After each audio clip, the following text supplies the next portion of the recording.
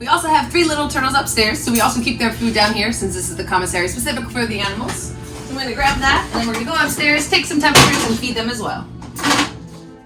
So now we're going to take the temperatures of our little turtles upstairs. We have our diamondback terrapin, our Florida box turtle, and our red-eared slider. Since they are ectotherms, they need to make sure that their environment is between a specific range. We like to keep it between 75 and 80. So we take, for the water, so we take the temperature of the water for our aquatic turtles, and then we also take the temperature of the basking rock. There we want it between about 80 to at least over 100. If it's a little bit below 80, that's okay. And if it's a little bit over 100, that's okay as well.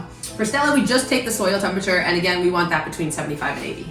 Once we use our temperature gun, you can see the laser light right there. It gets a nice reading for us. So I like to go back and forth, which I'll show you, just so I'm getting the entire enclosure. And then we actually record the data in our tablet here, again, so we know that everything is up to code. So doing Clem's first, I just go back and forth.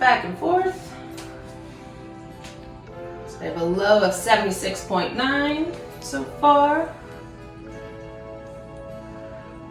and a high of 77.1. So I'll go into our tablet, find Clem, so 77 or 76.9, 77.1 for the water temperature, and now I'm going to get his basking rock. So I do the same thing, just back and forth.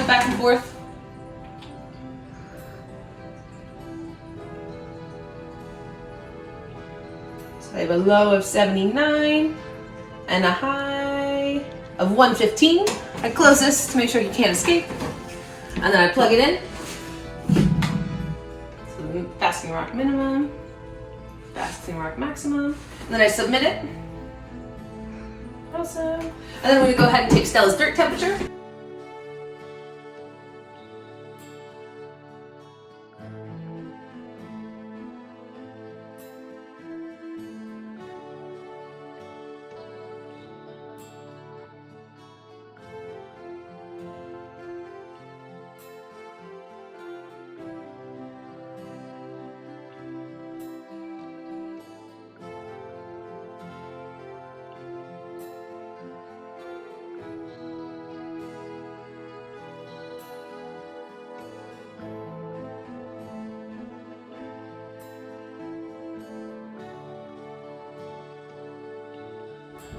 So now we're going to stir Stella's dirt. I took the temperature first because I didn't want to take any of the bottom dirt and throw off the temperatures.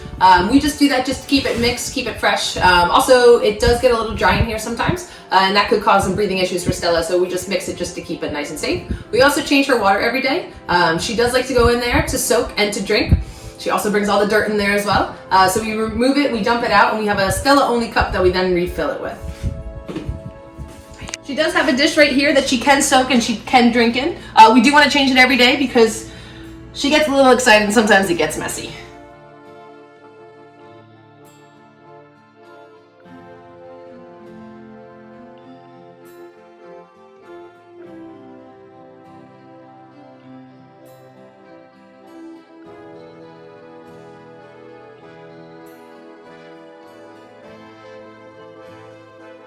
We also have a Stella specific cup, Stella only, because again, she has germs that I don't have and I have germs that she doesn't have, and we don't want someone to accidentally start drinking out of this cup. So we fill it all the way up to the top, we bring it back, I put the dish in first so I don't spill, and then I will actually slowly pour the water back into the cup.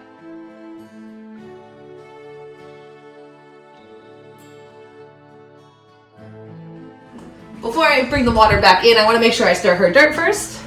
So we'll emerge her from the darkness. And there she is. That's Stella.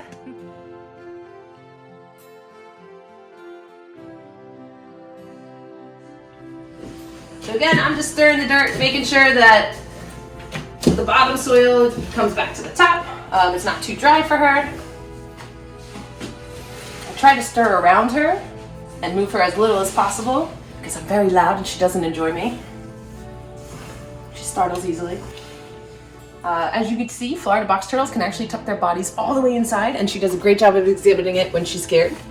Stella's here because she was actually attacked by a dog. You can see the grooves right here on the top part of her carapace.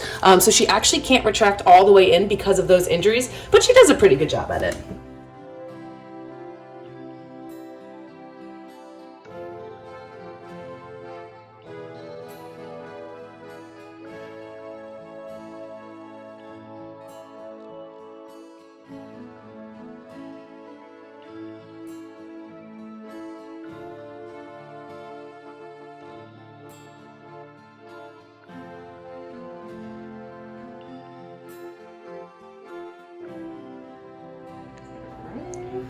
And then one of the things that I like to do, just to make Stella's life as easy as possible, I actually like to make a little indentation where the water can go so that the lip of the bowl is even with the dirt so she can just walk right in.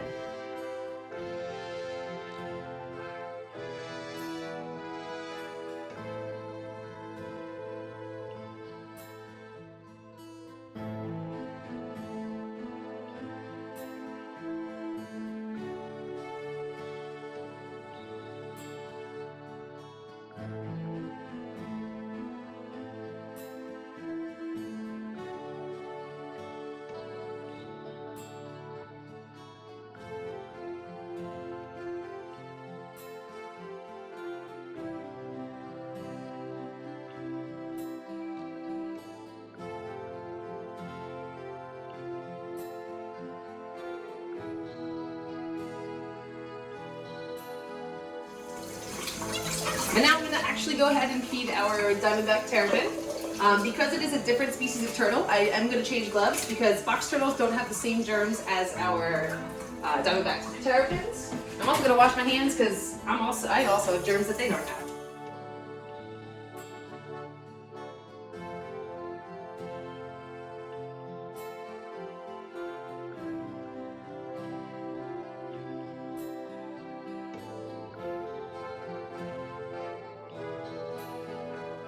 So we give our turtles Reptimum, and we also give them turtle-specific pellets. We count out a certain number each, again, just to maintain their diet. Since Clem is kind of recovering from not a good life, he was found upside down in a canal, very emaciated, so very thin. We do give him a little bit more, just trying to help bulk him up a little bit. It's one of my favorite things to do to feed Clem, because once he gets one of the pellets, you can hear the chomp from his mouth cracking into him. So we have Clem right here, and we have Cashew right here, just so we don't confuse them, because again, Clem gets a little bit more food than Cashew does. There he is. Hey, buddy. Alright, I want to make sure I'm on the right day. And he's ready, although he's a little camera shy. I like to only drop a couple in at a time, because I don't want to overwhelm him. And sometimes he gets too excited, he tries to take too big of a bite. I also put my finger there just to help him see it.